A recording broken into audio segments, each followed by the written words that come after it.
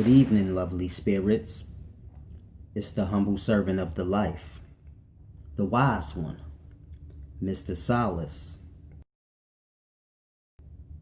Now, today I want to do this video called Tupac Mandela Effect. And it's a deep thing I want y'all to grasp. If you reference yourself to Tupac in any way, you better be one stone cold gangsta ass nigga. Because Tupac was one of the realest people to walk this planet. This is how it's viewed in today's times. So it doesn't matter who you are. If you reference yourself to Pac in any way, you better be real. And it's a deep thing I want y'all to grasp. Now, the brother Troy Ave was shot, locked up, released, and then shot again. And we all know the same thing happened to Tupac. So anytime in the rap community or in the ghettos, if someone is shot and survives, their reference to Tupac, or they either reference themselves in some way to Tupac. So being as though the brother Troy Ave, the rapper, got shot, he said the feeling is kind of like Tupac when he was alive. Because here's where the Mandela effect lies.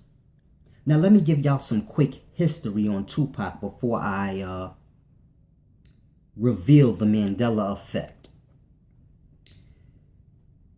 Tupac had parents. Now, his parents were in the Black Panther Party. So they were revolutionaries and they were fighting for the liberty of blacks and basically fighting for our equal rights. And this was their life. A lot of those people died and put their life on the line for this. And this was Tupac's family, parents. This was his whole world. Now, as a child, he was taught all these things, Black history, and, you know, the Panther Party was deep on the knowledge. You couldn't just join the Panther Party. You had to take up lessons and learn history and know some sort of self. So Pac was brought up in this. So he already had a certain level of knowledge that the normal child his age wouldn't have. And he was put into good schools. He went to Baltimore School for Arts, and he took up dancing and acting. So a lot of people think Tupac was just a rapper who got into acting like the rest of the rappers, and this is untrue. Tupac was an accredited actor. He was no different than Jada Pinkett, Tony Danza, all these accredited actors that act and went to school for this. He's no different than them. He went to school with Jada Pinkett for acting. He just chose to be a rapper. So you have to grasp, Pac went to school and he was groomed and put on a certain path to basically continue the Black Panther Party, but in today's times, and bring about liberty and equal rights. So he was set on that path to be that for our times. Basically to be like the new Malcolm X or Martin Luther King for our times. And this is the path that his parents and those that was down with the party that was still hanging strong, this is the path and the plan that they had set for Pac. He was going to be a powerful voice in the Black community and in the world. And he was going to bring about change. And he had the intellect. He spoke proper. He was groomed for this. So it's a deep thing you have to grasp. Now, Pac used every piece of knowledge that he learned. So he went to school for dance and he used dance. He danced back up for Humpty Dumpty and he used everything he learned to get where he needed to get. And he became a rapper. And at first his raps were, you know, positive and things of this nature. Then at some point, late in his life before he passed, Pac strayed off the path that he was placed on. And he went left. And this is where the gang stuff came into place. Suge Knight, the gang member stuff, and all of this.